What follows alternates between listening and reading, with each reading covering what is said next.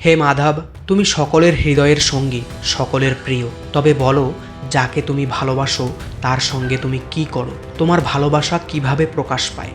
পার্থ: আমি যাকে ভালোবাসি তার সঙ্গে আমি লীলা করি। আমার ভালোবাসা কোনো বন্ধন নয়, বরং মুক্তির পথ। আমি তাদের হৃদয়ে বাস করি, তাদের স্বপ্নে রং ছড়াই, তাদের দুঃখে সঙ্গী হই, আর তাদের সুখে মগ্ন হই। হে কেশব, তুমি বলছো তুমি তাদের সঙ্গে লীলা করো, কিন্তু এই লীলা কেমন? তুমি কি তাদের সব ইচ্ছা পূরণ করো, না তাদের পথে চ্যালেঞ্জ রাখো? অর্জুন: আমার ভালোবাসা ইচ্ছা পূরণের দোকান নয়। আমি যাকে ভালোবাসি তার পথে ফুলও ছড়াই, কাঁটাও রাখি। ফুল তাদের হৃদয়কে আনন্দ দেয়, আর কাঁটা তাদের শক্তিশালী করে।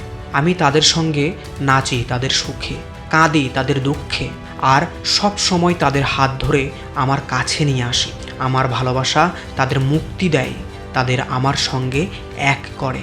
হে গোবিন্দ, তুমি তাদের দুঃখেও সঙ্গী হও, তবে তুমি কেন তাদের দুঃখ দূর করো না? যাকে ভালোবাসো তাকে কেন কষ্টের মধ্যে রাখো?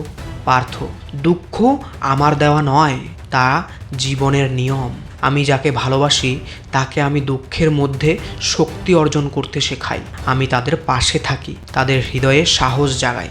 রাধার প্রেমে আমি তার সঙ্গে বাঁশি বাজিয়েছি, মীরার ভক্তিতে তার কান্নায় সঙ্গী হয়েছি। আমার ভালোবাসা তাদের কষ্টে আলো দেয়, তাদের আমার কাছে আরও কাছে নিয়ে আসে। কিন্তু হে মাধব, আমরা যারা তোমাকে ভালোবাসি, আমরা কিভাবে জানবো তুমি আমাদের সঙ্গে আছো? তোমার ভালোবাসা আমরা কিভাবে অনুভব করব?